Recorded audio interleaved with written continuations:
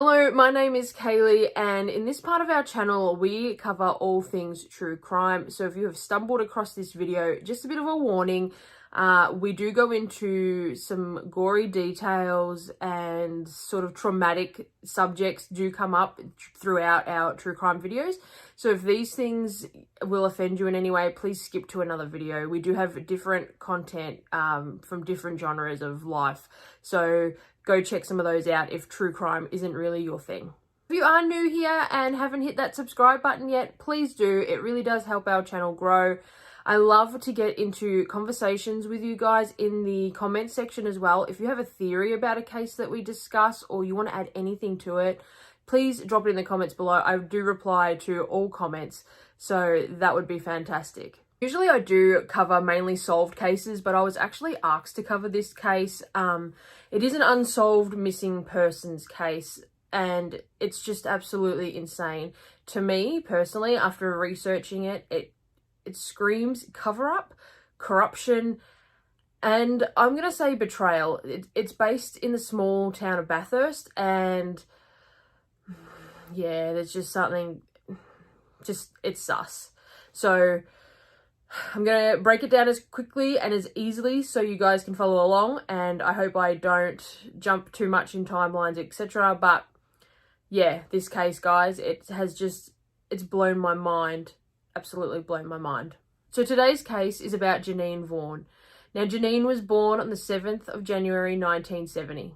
She was raised by her grandparents, but she had a loving relationship with her father Ian and stepmom Jenny as well. Jenny and Ian also had 3 other children, and the entire family was a very tight-knit, close, bonded family. Now, in 1992, Janine marries her boyfriend, Rod.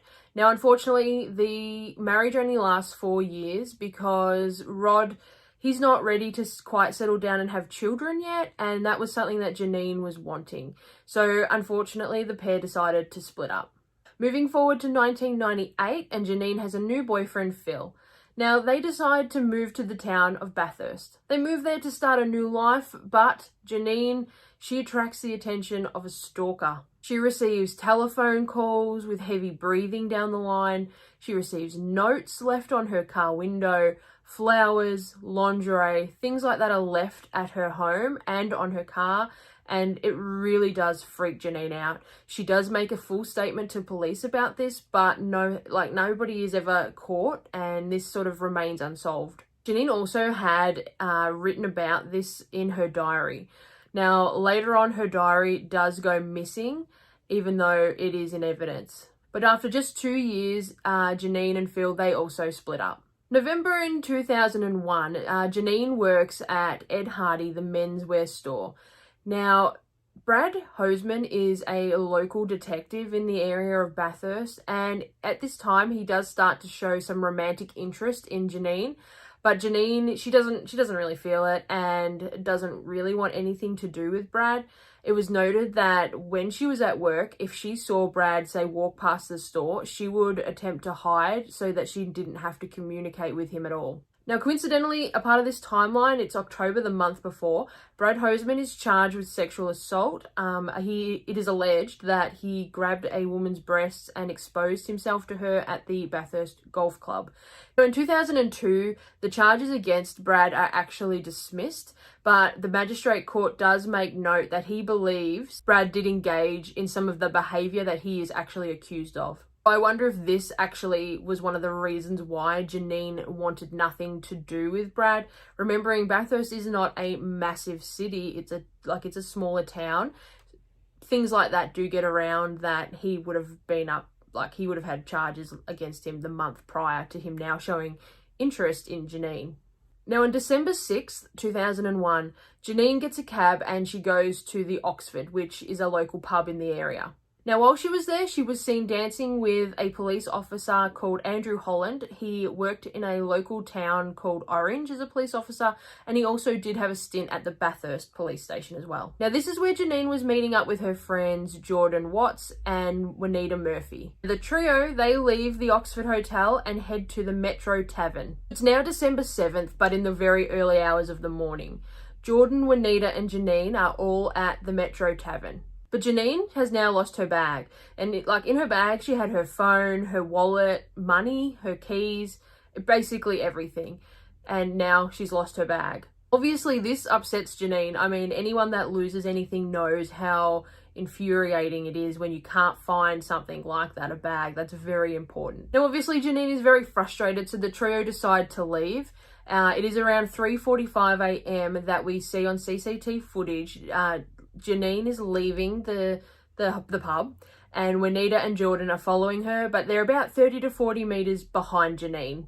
Bit of a side note, it was later discovered that Janine's bag had been found at the pub by a cleaner. Now, the cleaner said he remembers this very clearly because it looked like the bag had been stuffed in a corner and chip packets had been placed in front of it. It looked like the bag had basically been hidden. As Janine walks down Keppel Street, remembering she's about 40 meters ahead of her friends, a little red car pulls up. The passenger door swings open and Janine enters the car. This is the last time we ever see Janine. Later that morning, Janine is meant to open up the menswear store. Now, it gets to store opening time and obviously Janine is not there to open the store. Customers come along and they want to know why, so they make inquiries, and this leads to Janine being noted and listed as a missing person. Now, Detective Brad Hoseman, he was on restricted duties because of the charges that were against him back in October. He was still on restricted duties at this point, and he wasn't actually rostered on the day that the missing persons report is lodged, but he does return to work on December 10th, and he is now currently in charge of Janine's missing persons case. 5 days after Janine's disappearance on December 12th, a knife covered in blood and hair is discovered in a nursing home driveway. This is less than a 5-minute drive from where Janine hopped in the little red car back on Keppel Street. Coincidentally, at the same time, aged care worker Dennis Briggs starts telling his friends, family, and his current partner at the time that he was in fact the person that picked up Janine in the little red car. He had taken Janine, raped her, stabbed her to death, and left her out by a river. Now, Dennis was not charged at the time for any of his confessions. Basically, he started to recant and deny having even said any of these things to people. He was also bipolar, and during the times that he was saying this, he was off his medication, which was causing him to hallucinate. His car was taken in and examined, but there was nothing ever found in his car that led back to Janine. Now, remember the knife I was telling you about? Okay, so here's where things start to get very suspicious in my mind. Now, the knife was sent for further analysis at a specialty department within the police, but the knife never made it there.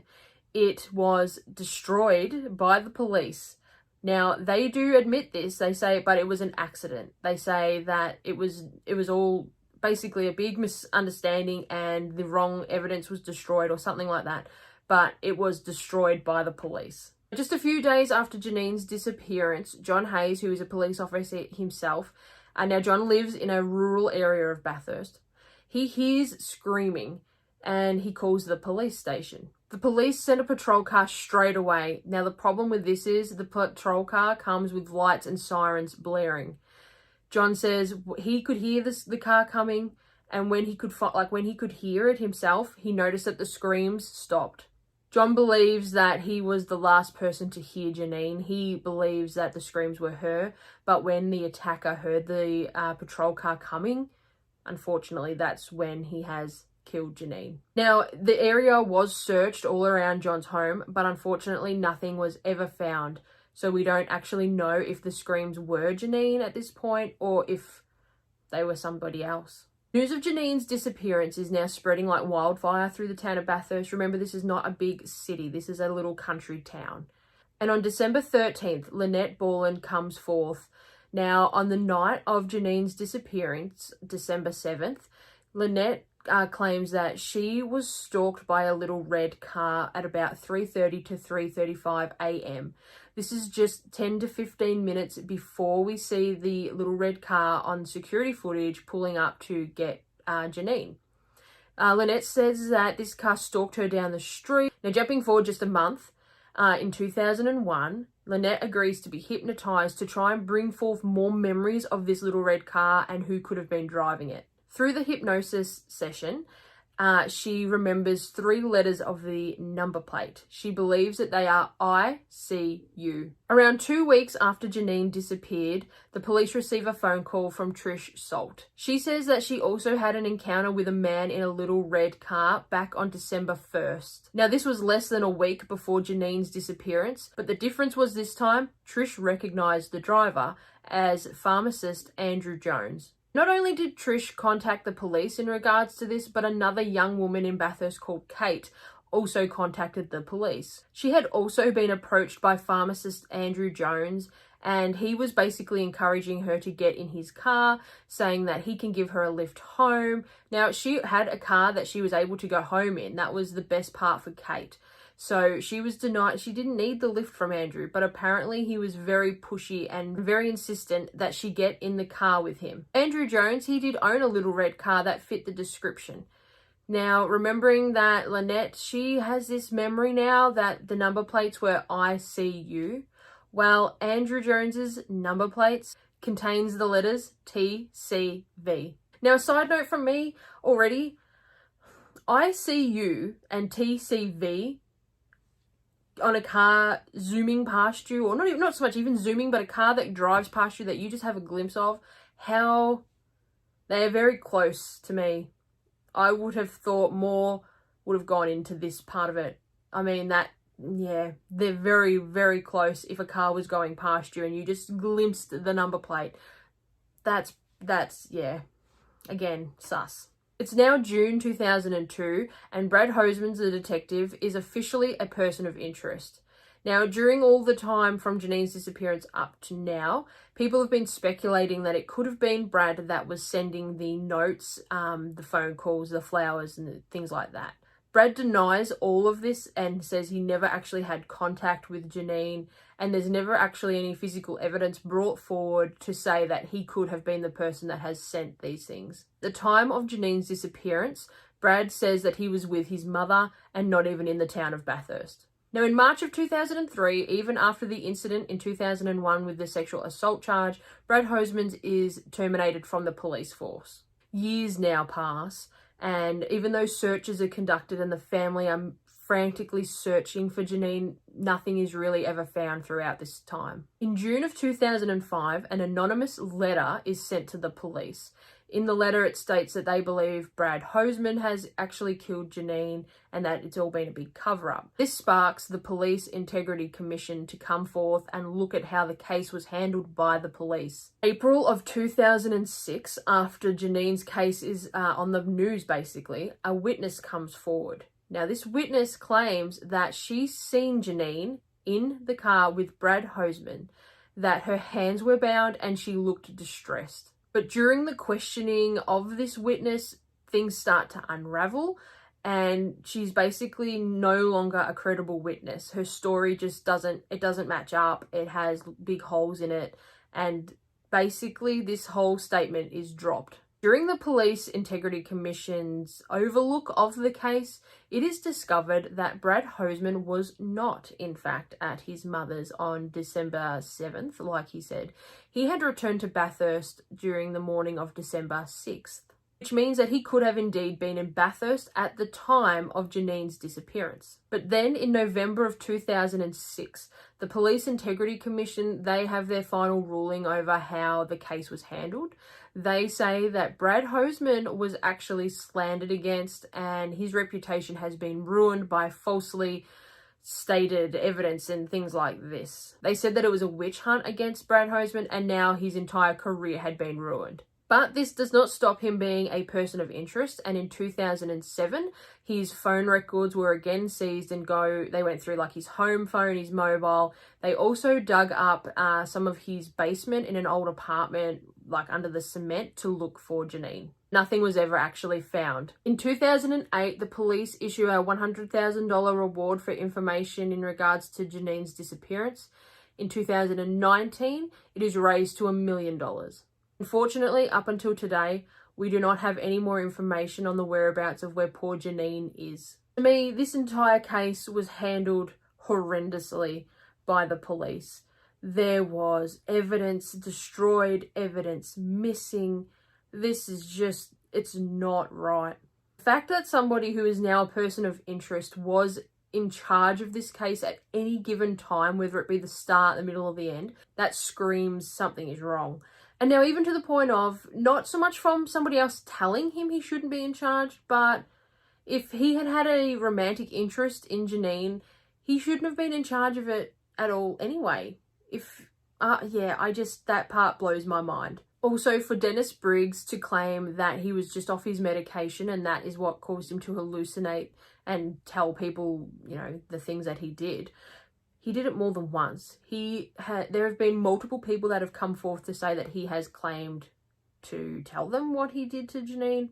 Why has this not been taken more serious?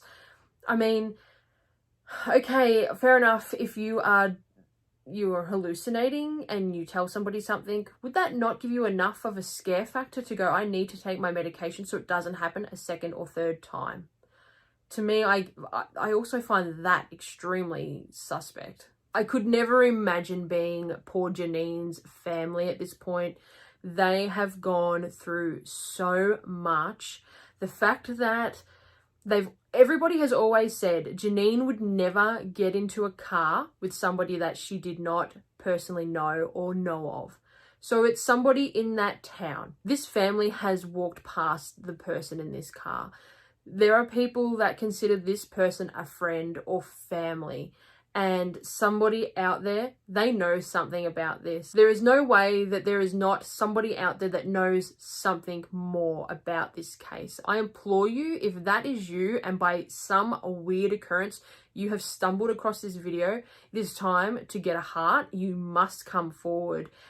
The fact that this poor family have gone almost 2 decades without knowing where their family member Janine is horrendously disgusting. And I mean, the information you have, you might think it's very insignificant. You might think, well, somebody else will have seen that, they will have said that. There's no need for me to come forth and involve myself. Obviously, you do need to come forth and just tell somebody the information that you know. You can do this anonymously. I am going to link all of the information I can find below for someone to go forth anonymously and give your information. You don't know if your tiny piece of information that you've held on to for all this time it could link 2 bigger pieces of information together, and you've kept this for decades. If you know something, please come forward. I again say I can't cover missing persons cases like this as often as I would really like to, because it eats at me that this poor family are suffering. It affects me so much that they don't have the closure of where Janine is and what has happened to her.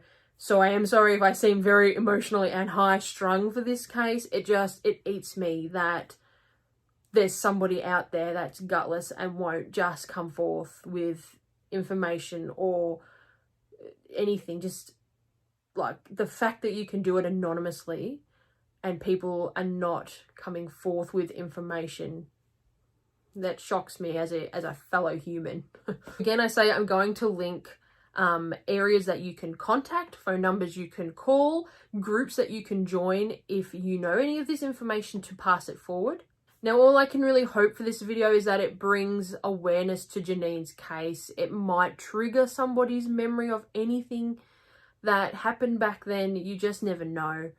My deepest sympathies and condolences to all of Janine's family and friends who are still to this day going out and searching areas of Bathurst to look for Janine. My heart goes out to you all. I personally just hope we start learning to take care of ourselves and each other a bit more. But yeah, that was today's case. Now remember, if you have not hit the subscribe button, please do. The little notification bell will give you a notification every time we upload a video, so you don't miss out on any of our upcoming cases. Now we are going to try and upload 3 cases a week. So if you love true crime, this is the channel for you. I will see you guys in the next video. Take care. Bye.